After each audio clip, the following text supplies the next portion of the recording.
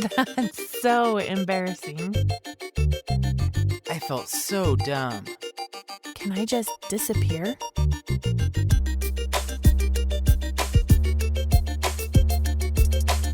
Embarrassing Stories Podcast with Leslie and Derek. Hey everyone, welcome to episode 2 of the Embarrassing Stories Podcast with Leslie. That's me and Derek. That's me. We're excited for you to join us for another episode, and we promise to not disappoint. We've got some good stories for this one. Oh, I'm embarrassed already. Okay, so I'm going to share the first story, and this one is one that was from my own experience. So, flashback to 2002. That was a long time ago. It really was, 18 years ago. I was invited by my friend to hike Mount Timpanogos for the first time. And Mount Timpanogos is a mountain in Utah that's really beautiful. My friend, he and his family would hike every year, and they would go in August. And the reason they'd go in August is because once you get to the top of the hike, instead of hiking all the way back down, there's actually a glacier at the top, and you can slide down the glacier, and it takes off a big chunk of your hike. You can actually see it on YouTube. People will show them sliding down. Yeah, if you go to YouTube and type in Mount Timpanogos slide, then there are a few videos on there of people recording as they're sliding down. So it's pretty cool. A lot of people don't know about that, but I've never done it. yeah. Well, it's something you should experience at least once if you're able to, if you're in the area. But I was really excited to go, and so I went with my friend and his family. We made the long hike to the top, and when I was thinking about the glacier that we were going to be sliding down, I was thinking, oh, that's going to be perfect. Like we'll cut out some of our hike back down. It's going to feel good on the glacier. It'll be nice and cool. And this was in August, so this is a really warm time of year in Utah. Yeah, it is. And it's almost kind of crazy to think that there is a glacier surviving the Utah summer, but they do. But it's there, yeah. And so people take advantage of it, and I was excited to experience that slide down. So after getting to the top, we kind of walk around a little bit, and we get to the point where you can start sliding down. And I kind of watch my friend and his family. A couple of them went down before me to kind of show me the way. So I thought, that looks fun. You thought? I thought, yeah. I was excited for it. Didn't really know what to expect, but thought, hey, it's just sliding down a glacier. What could go wrong? So when it's my turn, I sit down, and you don't sit on any type of a sled or anything like that. You just sit down in your shorts and just start sliding. And it took me a minute to kind of slide to get going. And so I start sliding down, and you actually can pick up a pretty good pace with your slide. Well, it's pretty long, isn't it? Yeah, it is pretty long. And there's a beautiful lake at the bottom of it. I don't know how long the slide actually is, but I was sliding down and starting to go pretty quick. And I could see some rocks up ahead a little bit, and there was one in particular that was bigger, and it was sticking up through the snow. And I was sliding, and I kind of went off course a little bit, and I was heading towards that rock. And I thought, oh no, I'm in trouble. And so I was going pretty quick, and I start digging my heels into the snow to either slow down a little bit or try to veer myself off that course. And I'm trying to do that, and it's not really working, and that rock is getting closer and closer, and I'm thinking, oh no, I'm not going to be able to stop in time. I'm going to just nail this thing. And I get closer and closer to it, and it's one of those things where time kind of slows down, and you wish you could do enough to get out of the situation you're in, but there's nothing you can do, and you just kind of have to accept it. And I knew at that point I was going to hit the rock. And my buddy and his family, they were all watching me because it was my first time. And so I'm sure they wanted to see my reaction. They wanted to see, how the excitement and how fun it was. And I probably had a look of terror as I was sliding down. Wasn't very exciting at that point. The first part was exciting, but then when I saw the rock and was heading straight for it, it wasn't very exciting anymore. It was terrifying. But I was only able to slow myself down a little bit, and I went right over that rock. And right away, I knew that I had done something pretty serious. I felt a lot of pain, and like I said, all eyes were on me. And I don't know if it was just adrenaline, but I get up, and everyone's like, oh my gosh, are you okay? And I expected to kind of feel back there and feel a giant rip or split in my shorts. But luckily that didn't happen, but I had banged my rear up pretty good on that rock. And I was just like, oh, like I'm good. And I could hardly walk. And I was thinking, how am I going to get down this mountain? We had hiked a few miles up it, and now I have to hike the rest of the way down. Luckily, that glacier did take some of the hike off, but also the glacier caused an injury to me that was going to make it very difficult to get down. Yeah, I was walking kind of like a penguin, kind of sticking my butt in and just trying to manage the pain the best I could, just kind of waddling a little bit. And I thought, oh man, I've got to do this for a few miles back down to the car. And I was getting funny looks as we passed people. I'm sure they were thinking, oh man, that guy's probably got to use the restroom. He's probably going to ask us where the restroom is. Because you're holding your rear like you had to go. Yeah, I'm sure it looked pretty funny. But yeah, the rest of that hike couldn't be over soon enough. Finally made it down to the car, and man, it was an excruciating pain, and I felt that pain for a long time. Even now, 18 years later, when I sit down and get back up sometimes, I can still feel a little bit of that pain in my tailbone, something that kind of sticks with you.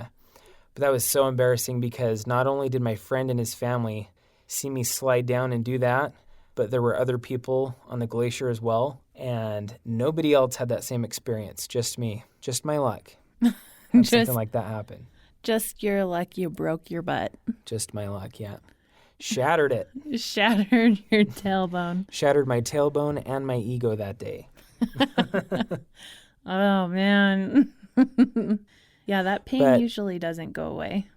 Yeah, it doesn't. And I actually haven't hiked Timpanogos since then. Interestingly enough, it's something I want to do again. And I would be willing to slide down the glacier again. I'm just going to be more cautious of what's kind of in my field of view so that I can avoid rocks and anything like that again. So, well, I've broken my tailbone, and I don't know if I want to risk breaking it again to definitely go down. Not fun. To go down a glacier.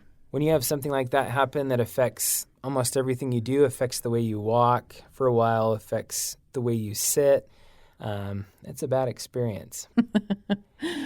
It wouldn't have been as bad if I was alone, but since many eyes were on me when it happened, it made it even a worse experience. Well, walking down the mountain like a penguin's pretty pretty embarrassing. But enough about my shattered rear. What's your story about? Well, my story isn't about breaking tailbones, but it's one that is hard for me to tell just because I start cracking up. So I'm going to do my best not to just laugh the whole way through. When I was younger, I remember my mom took my sister and I out to eat at our favorite Chinese restaurant. This place was the best. I still think it's the best. I've never thought any other Chinese food measured up.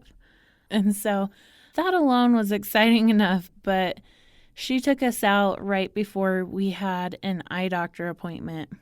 Now, we grew up always going to the same eye doctor, except I don't know why, but this one time she took us to a different one. And I remember the people taking us to a room, having us go in, and they shut the door and said he'd be back in a minute.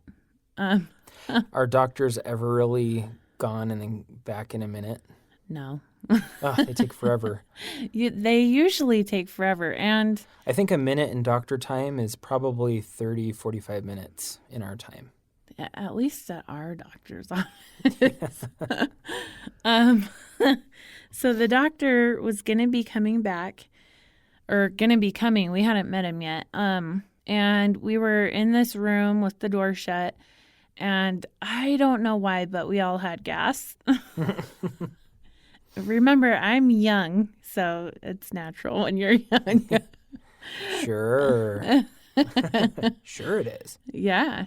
So we all had gas, everybody's tooting, and my mom, I can see she's starting to get nervous and embarrassed. And I remember her standing up and waving her purse around, like trying to fan the smell away. Because it was smelly gas. It wasn't, I don't know, just plain gas that doesn't smell. It was smelly gas. So she's standing up, waving her purse around, trying to fan the room. And you know how doctors normally knock and then just push the door open? Uh-huh. We heard a knock. My mom stops fanning and he pushes his way in. And all of us were kind of embarrassed. We were all kind of, wide-eyed, like, oh, no. What's his reaction going to be? Why did he come in so soon? And he comes in, and he looks over at us, and he goes, what smells so good in here?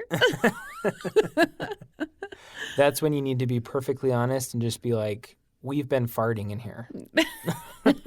No, we were not honest. Just so you see the look on his face. And oh, man. I remember I was young, but I remember him saying that. And I remember the moment because we were all nervous, all embarrassed. And then he comes in and he's like, pays you a compliment. You're like, oh, I guess I don't smell that bad. So my mom says, oh, we were just at a restaurant. The smell of the restaurant must still be on our clothes.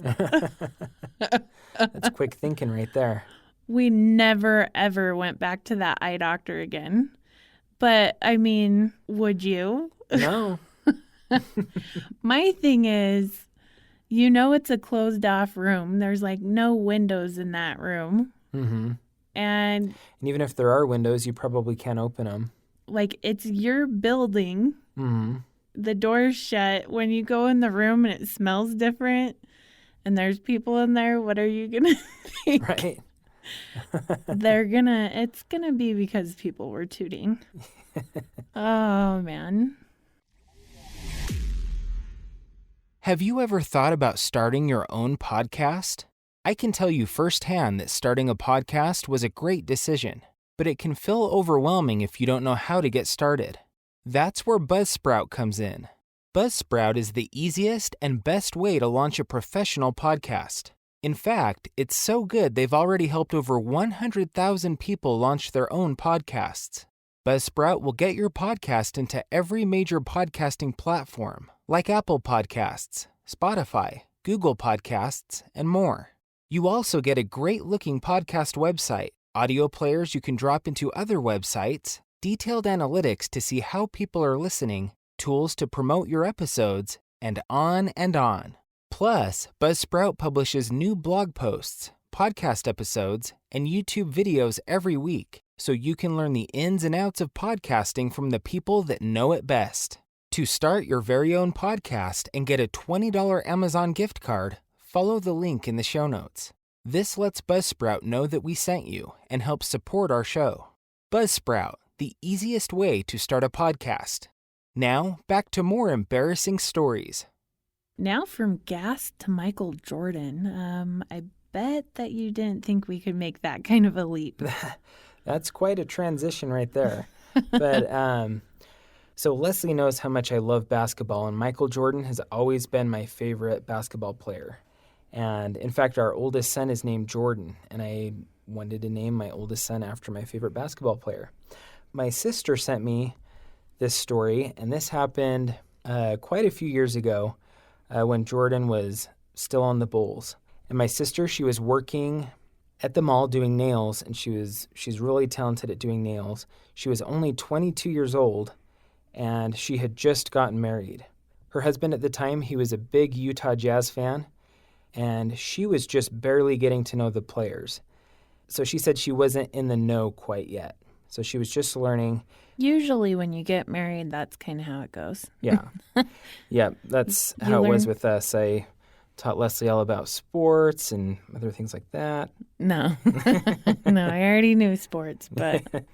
Yeah, so she was just getting to know the players and she wasn't in the know quite yet. That particular day, she had just finished a set of nails, and then she and her friend saw some guys walking past their shop in the mall. One thing they both noticed was how tall these guys were. They were wearing basketball clothing, and she and her friend watched as a huge crowd gathered around them, and they were signing autographs. Ah, some jazz players. Yeah, right? That's your first thought. And so she thought with all these people asking for autographs that her husband would like one too. So she thought, this is my chance. I'm going to go get some autographs of some jazz players to bring home to my husband, and he's going to be way excited. Yeah, that's quite the gift. Yeah, like random day, give him this autograph from the jazz players. That'd be pretty cool. Yeah. Any diehard basketball fan is going to be excited about an autograph like that. So she scurried over to the crowd so that she could get an autograph. And when it was her turn, she said the tall, handsome guy said, "Who should I write this to?" And she said, "Oh, to Jeff." And then she said she was nervous, and she kind of rambled on about how her husband loves the Jazz. After she said that, all time stopped. He stopped writing what he was writing. He looked down at her, and she looked up at him. Her head was all the way back because he was so tall, and her eyes were wide open and were on his. And he got an angry look on his face. And he said, "I don't play for the Jazz, lady. I play for the Bulls." So here she is thinking, oh, I'm going to get this awesome autograph for my husband, who's a big Jazz fan. And, you know, you can't blame her. You see a basketball player in the mall, you think it's going to be a Jazz player. Yeah. And if you're newlywed or, you know, even married and your spouse loves a certain sport and you can get autographs, that's pretty epic. Right? Yeah. Exactly. And yeah, so he says, "I don't play for the Jazz, lady. I play for the Bulls." And as he said that, he sort of spit on her face with the words that he spoke. She immediately shrunk. She was totally embarrassed. And she made her way through him and the other players and through the group that was there as fast as she could to get away from the angry player, who she still didn't know. Oh. She still didn't know who he was. If he's not a Jazz player, then who is he, you know? Yeah. The other team must have gone to the mall. So she gets home and she tells her husband about the whole experience. And he's like, oh no, like, oh my goodness. And he says, "When we watch the game tonight, you tell me which one it was. You tell me which person you saw." Because she has no idea the person's name, and she still remembers his face. And so they're watching, and as they introduce Michael Jordan, she tells her husband, "That's him. That's him. That's the guy that I saw earlier." Oh. And she says, needless to say, she wasn't forgiven for a week. And she still can't believe, and her husband at the time, Jeff, can't believe that she didn't get that autograph. Oh, Darn. I can't believe she didn't get the autograph. Yeah. Such a great opportunity to get the GOAT's autograph. Yeah, holy cow.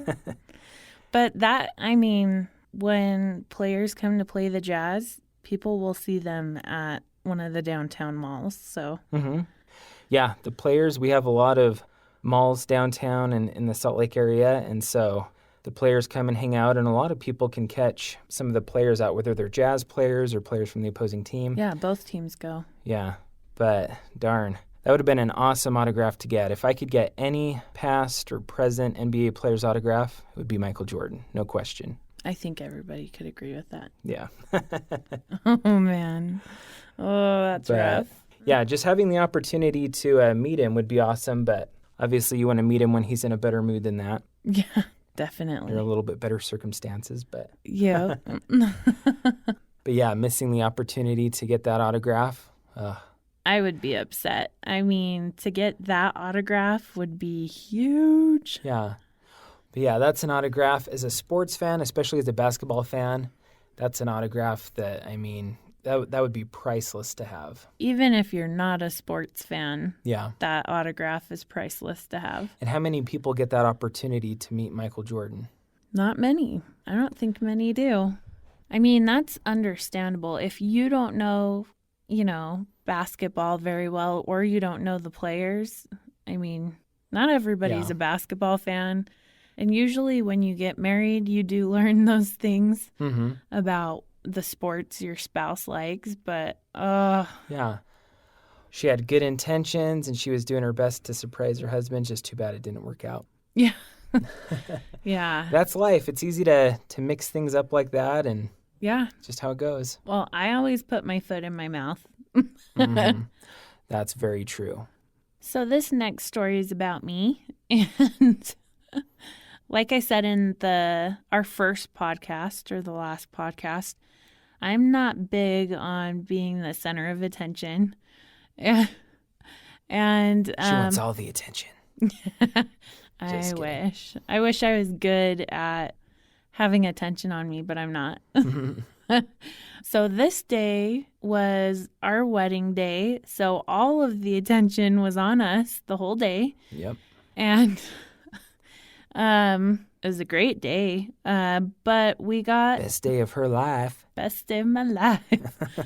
We got to the end of the day when I was about to toss the bouquet. So my photographer had left and my dad took over taking the pictures, and we did like a fake throw so that he could get the shot. And then after he did the fake throw, it was time to toss the bouquet. But I didn't know that you were supposed to toss it a certain way, which you are. Nobody told me you can mess up a bouquet toss. But somehow you found a way. I found the way. So when you throw a bouquet over your head to a group of ladies behind you, you should do it with both hands so that it goes straight behind you. I didn't know that, and I just used my right hand, and I raised it over my head, and I threw it, and it went all the way over to the side where nobody was standing. Yeah, I don't know if a gust of wind took that thing or what happened, but Well, it did not go straight behind her. It went way over to the side. that's why you throw it with two hands straight behind you. I didn't know. So I throw it clear over to the side where no females are, and they all just kind of watch it fly over there. And that's embarrassing enough that it happened, and everybody was kind of like, oh. Womp womp. But we have it on video. Mm-hmm. And we watch our wedding video every year, so we're reminded of that every year when it's our anniversary. Yeah, every year I cringe when that part's coming, and it's just embarrassing. My kids laugh. My husband laughs. And in the video, it was edited, and it really played that part up. Mm-hmm. Like, there's really dramatic music. And it was saying there was tension so thick that you could cut it with a knife. Yeah. And there was a buildup of this tension, and she's getting ready to throw the bouquet, and then she tosses it, and then it's Womp womp. just a horrible toss. Oh, it was so bad. It was so bad. And just recently, gosh, when was it? Like in the summer? So 6 months ago. Mm-hmm. Okay, so within the last year, my sister-in-law came and stayed with us, and somebody mentioned wedding video, and she said she wanted to see it. So I had to relive the embarrassment. So you had to watch it like twice last year. Yep. Yep. Oh, I love watching the video. I just don't like Just that part. Yeah. Pretty embarrassing. Nobody caught the bouquet. But out of all the embarrassing moments that could have happened on your wedding day, that's probably one of the better ones to have. Yeah. Could have had an embarrassing moment with the cake or like, Slipping. yeah, falling down. Like someone step on your... Step on my dress. But if you could do that bouquet toss again today, do you think it would be different? It would be different. I do it two hands, holding the bouquet straight behind me. Whereas for the picture, you want to hold it with one hand so you get a good shot. Mm-hmm. But for the actual toss, I would recommend to any female Do it with two hands so it goes to the crowd of women. Yeah, it looked like somebody had paid her off to throw it their way, whoever was on the end there, because you threw it way over to the side. So it looked Yeah, like... but it went like 5 to 10 feet past the crowd to the side. Yeah. I didn't know I had such a good arm. But that'll do it for another episode of the Embarrassing Stories podcast. Thanks for joining us again for another week. If you have any embarrassing stories that you'd like to share with us, head over to our website, embarrassingpodcast.com, and you can submit a story to us. You can remain anonymous. You don't have to put any personal information in. Just send us whatever you'd like us to share, and we'll share it on an upcoming episode. We'd love to laugh at you and share your story. Yeah. As fun as it is sharing our own, we love to share other people's stories as well. So we're always looking for more stories, so send them on over. Until next time, Have fun, be safe. and go create some stories we can share. Have another great week.